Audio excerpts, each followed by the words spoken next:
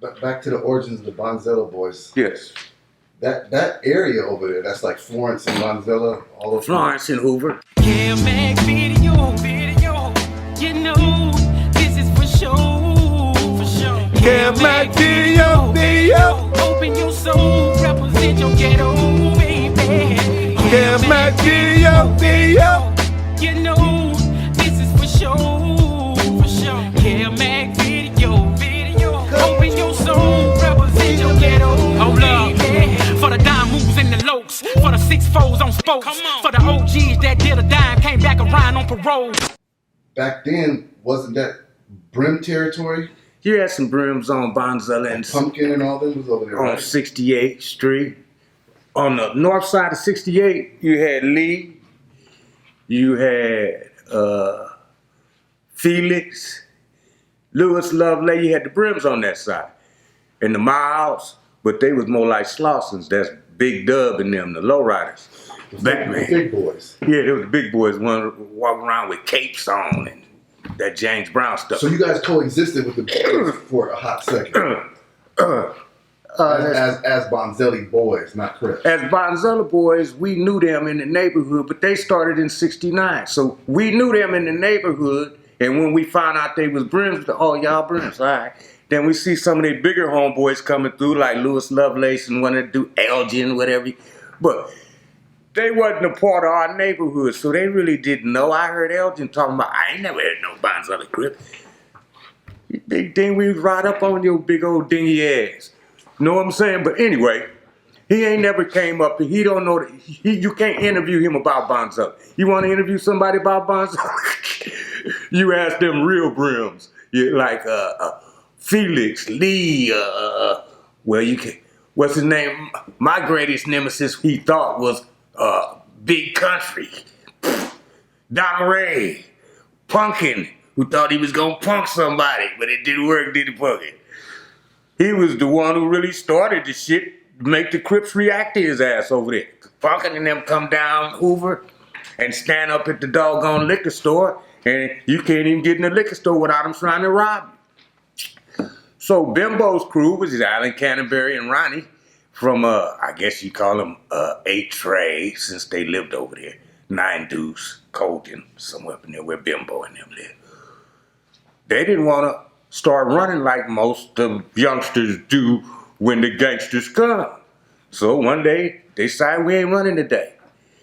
And so when they didn't run, the Brims got in their car and pulled up like that, like they was gonna bust. And they just looked at him and kept rolling. Brims had another idea. That didn't work, they ain't scared. Later on that night, they tried to wait till everybody was sleeping. They shot up our street, but that was about it. We stopped them from coming down that way. I don't really, I don't have no bones to deal with no Brims, especially now, because they know more about me than most Crips. But they got lists on Crips and they be knowing your whole shit. Trust me. Give us a roll call of the original Bonsallo Boys.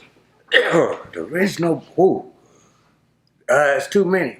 When you say Bonzilla Boys, you talking about a whole street of Slausons. I don't know all them people. That's a neighborhood. Okay. So now when you talking about Bonzilla Boys, we was with Charles Stanley, what's his brother? Oh man. This a big old bully. I forget he used. Arnold. That was straight stuff. Arnold. He was dangerous. He was worse than Victor. Him and Victor get together. Oh, but when you say Bonzilla, you talking about Slausons. So it's a lot, man. Well, tell us about... Frank Sweetie. There's so many of the older brothers. Now, my period. Yes. My period was only about Alan Canterbury, Ronnie, and me. Other than Victor, but he didn't live on Bonzilla. We had Bonzillas that didn't live on Bonzilla. But the Bonzillas that lived on Bonzilla was Alan Canterbury and myself.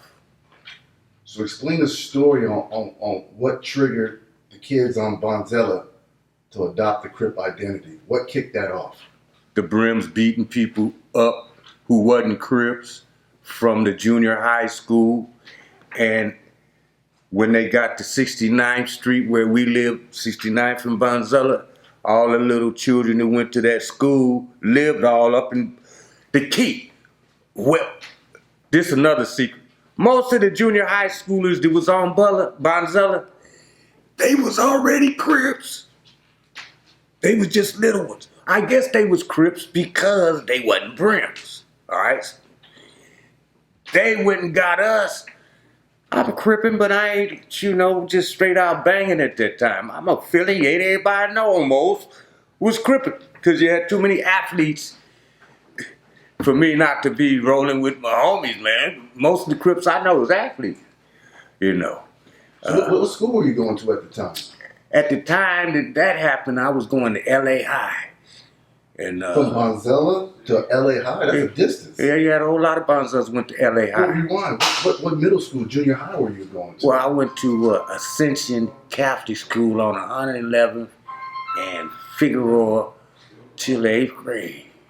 Okay. And you go check the church out, you notice even though it's a Mexican area now, they left Black Power imprints on that school. Was a mess. That's why they think Blackie come from Denver Lane, because he went to that Catholic school too, right there on that street.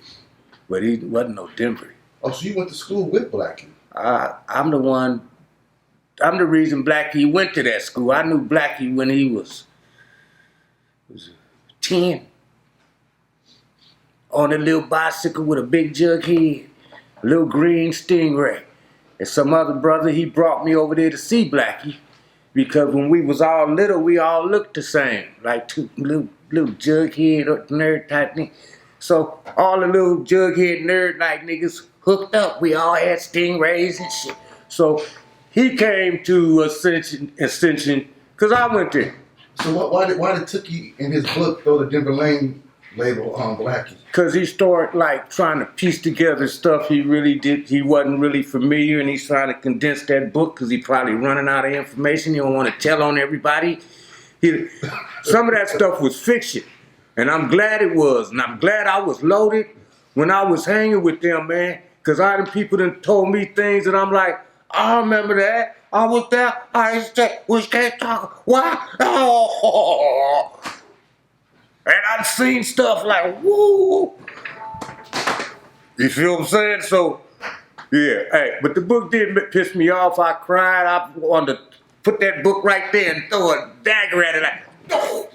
Sometimes I walk up on it, dump on the book, but I'm glad he did the book. So let me ask you something. There was some confusion behind your Crip origins. If you were an East Side Crip, West Side Crip, Bonzilla boy, what did you start off as far as Crippin'? West Side. You gotta imagine, man, after I graduated from junior high, I moved over there on Buckler and 64th Street. I'm gonna get to that. Who would you give your Crip influence? Who would you see as a non-Crip and you was like, that Crip right there is influencing me to do what he's doing? Before you as a non-Crip? When you wasn't Crippin'. None of them. You saw somebody that was Crippin' that pulled you in that direction. No? No. Well, No. Explain how you started Crippin' and why then. I started Cripping because all my little friends was Crips, and I didn't know it. I didn't know Blackie was a Crip. I didn't know Victor was a Crip. His sister used to complain on him all the time. He'd be like, bring your ass on over here, man. You ain't had to sock that nigga. Come on. I didn't know he was a Crip. Pookie knew he was a Crip, right? Why I didn't know he was a Crip? Because when we was in junior high, only reason Victor, he supposed to be the bravest Crip. Only reason Victor be doing all that fighting, because he was too lazy to run when we was outnumbered. So he'd stay there and scrap. Plus he was the center on the football team. He liked to scrap. All right. When I met Tookie, he wasn't really all the way Crip yet either. He just got buffed. Monk was the buff one. Buddha was only this big, man. And Tookie, he looked like he swallowed 2 watermelons. Like he last of the Dell Vikings. That's what Tookie looked like. So I was familiar with Tookie profile because I came from the east side. And the dude used to train us when we was real little was Bonehead Bobby from the Dell Vikings. So everybody on the east side had something. We had special formula to blow up. It was starch in the brown bottle. You didn't need no steroids. And you know, on the east side, they used to be, mostly all the bodybuilders came from the east side. One reason is because most blacks came from the east side, so most blacks was over there. But anyway, I was impressed by Tookie, even if he wasn't a Crip. Okay, let me ask you this question. What big name from the east side did you meet first when you began Crip? Who was the big names back then? You asked me something I missed. Bimbo highly influenced me, but Bimbo wasn't trying to get me in trouble. Well, Bimbo really was our leader from Bonzilla. Give us a bio on Bimbo. I never heard that name. Edwin Terrence Prince. Tell us about him. Well, he's something like a Bruce Wayne and Bruce Wayne profile. He had them cars, you know. He always had a lowrider, even when he had the little buckets. I forget what they look like a matchbox. He was a professional gangster for real. Mad Dog, Urshan Jones, and Bimbo, they wasn't gangbangers.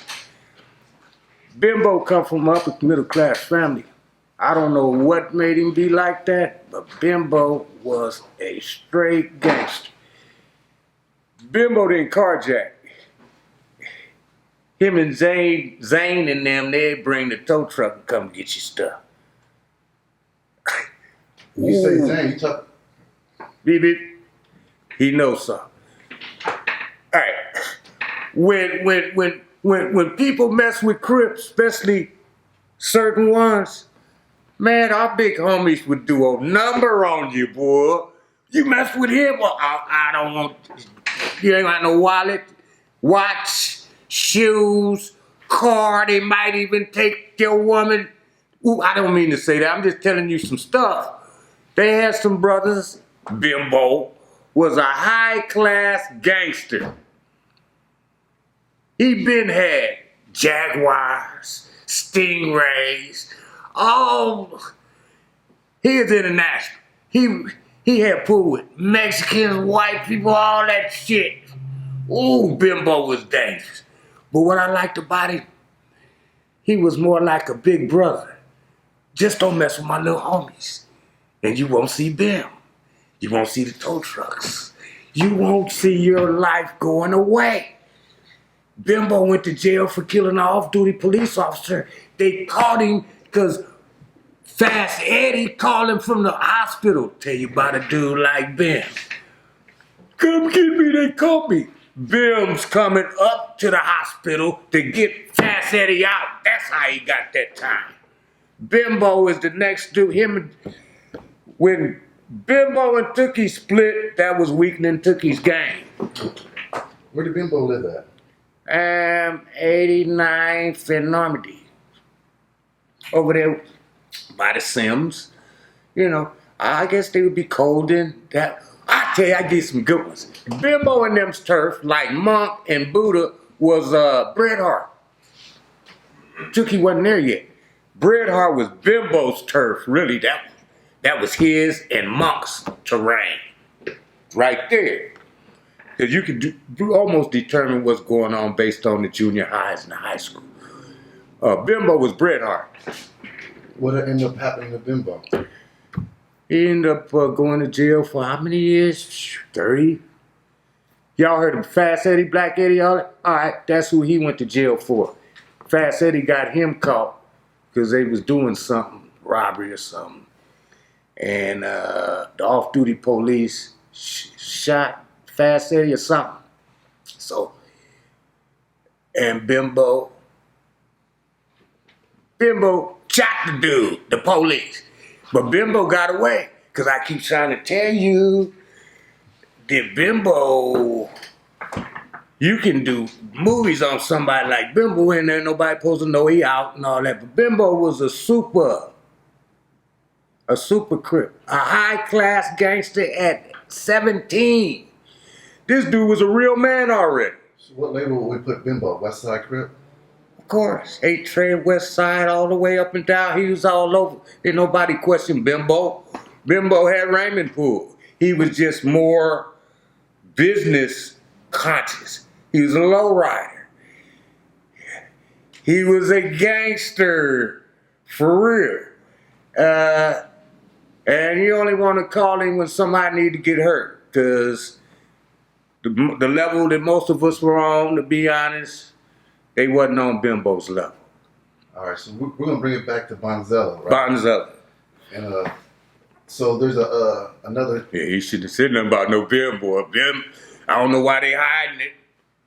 Bim is super bad.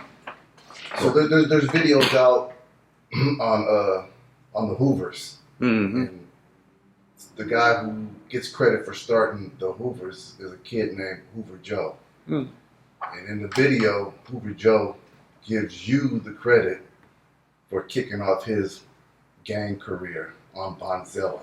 What can you tell us about Hoover Joe? I can tell you that Hoover Joe was a young man who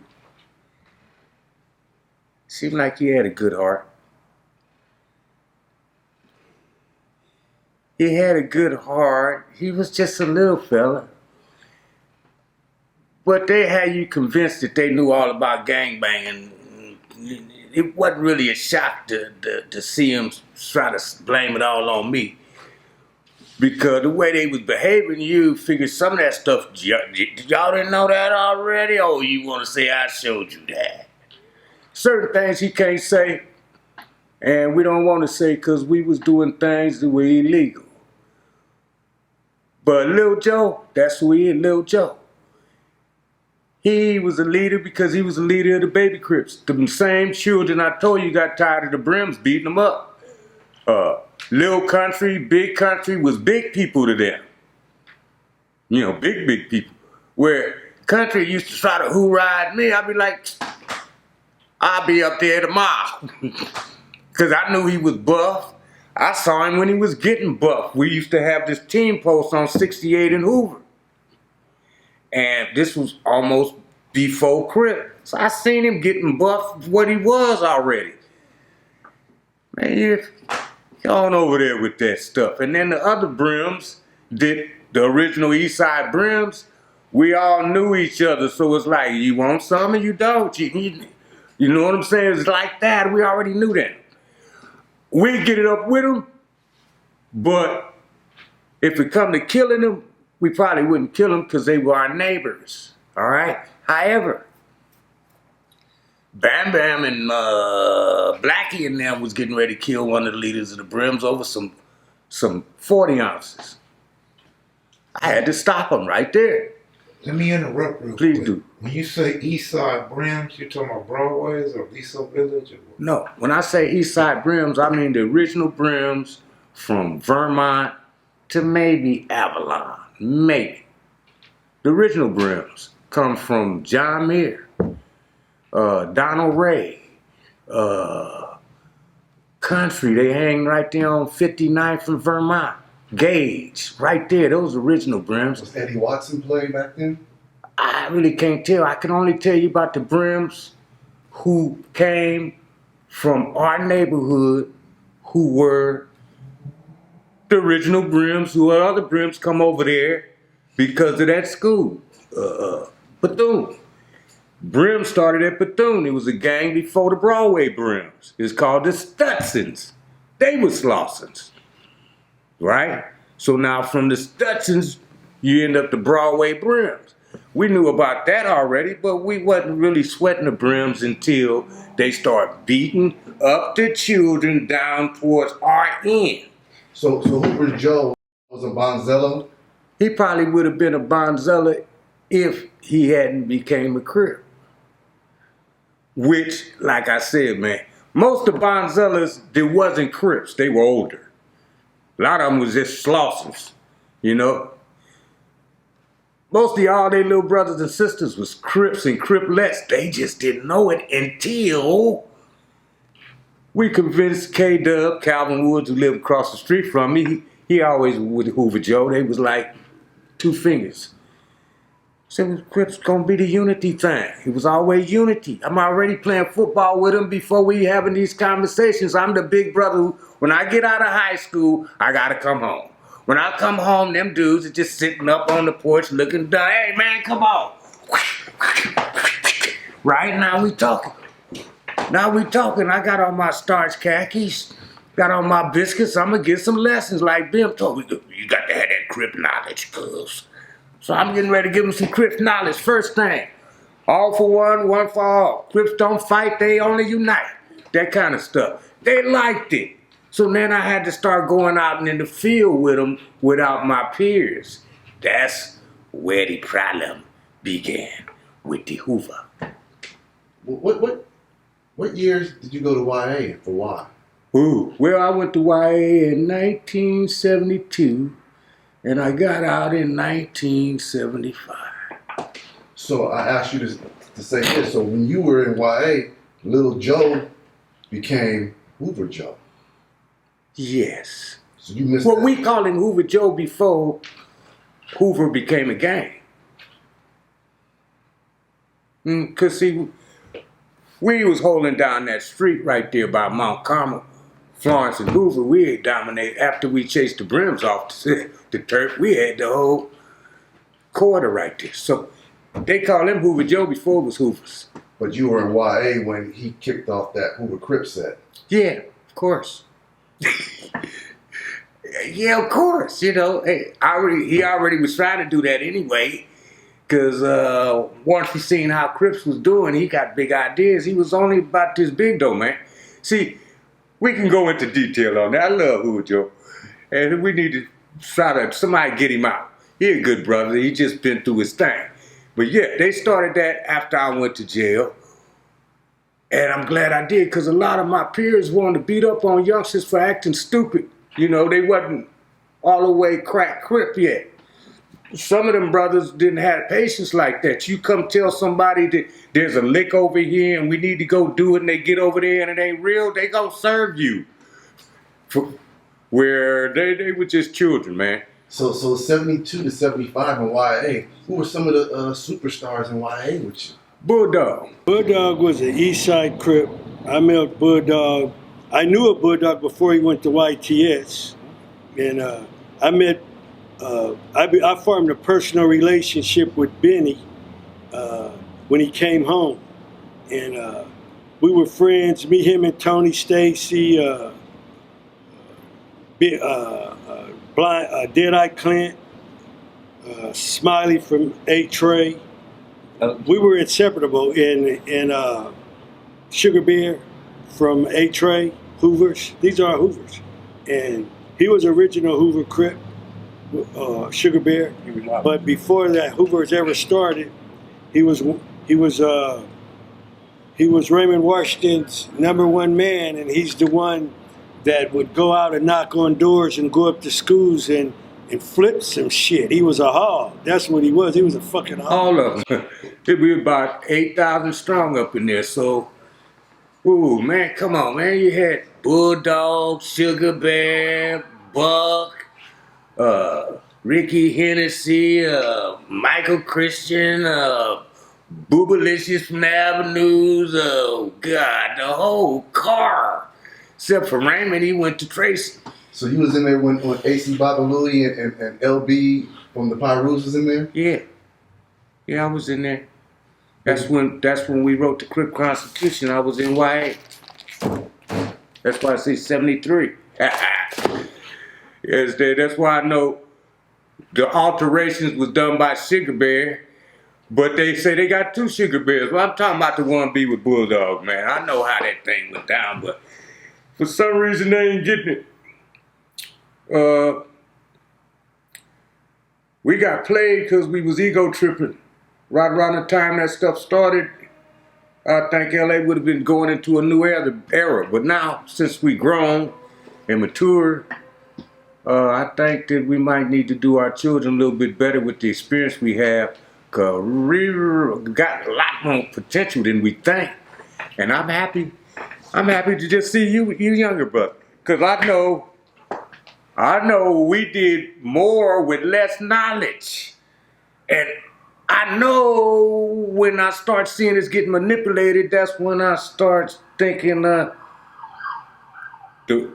benefits that they're offering at these nonprofit programs that service misguided youth. I didn't need that kind of training. I left a good so-called life to Crip. So I didn't need to learn how to go back to school, be an athlete, be disciplined, stay out of jail. I came in the Crip for the principles that the Crips had, which was the potential to take over the whole goddamn world, at least our world. I know what I experienced. And what I experienced, if some of it was evil, but then if I know most of the time when I see the original Crips come together, there's a certain taste that come in my mouth. Can you tell us anything about Richard Miles and the Figueroa Boys? Yeah, Richard Miles, the Figueroa Boys.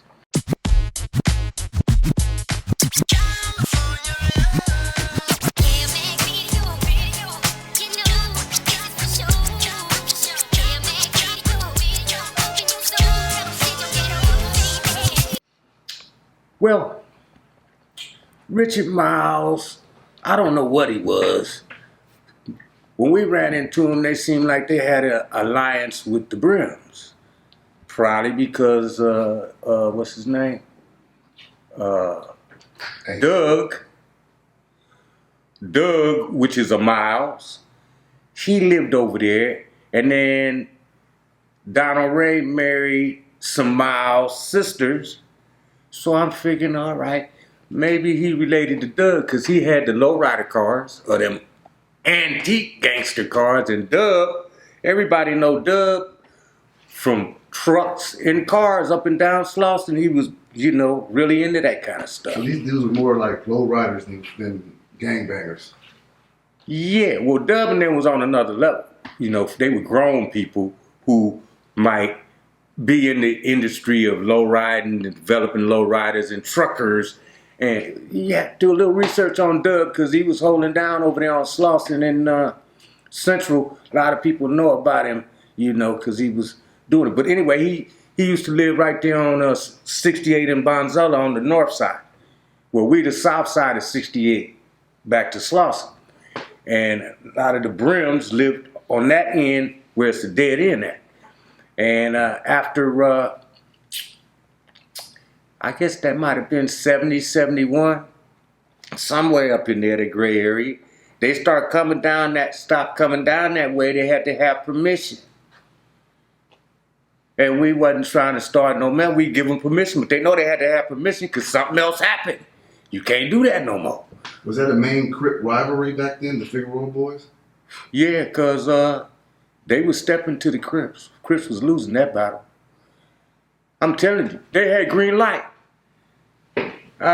Some of the stuff we talked about earlier, I really wasn't wanting to tell because the way they move is like you ought to be, 1 minute you a Crip kid, so you start out as a Brim. Then you shoot up all the Crips, then you end up a Crip. I don't get that one. I don't get it, but people don't know the insides of that. And the insides is, I knew them people because I used to hang out at Fremont more than the schools I went to. Matter of fact, they wouldn't let me, the principal of Fremont wouldn't let me come to Fremont. He let me hang out up there. But he knew his neighborhood. No, Raymond Cook, you ain't coming up in here.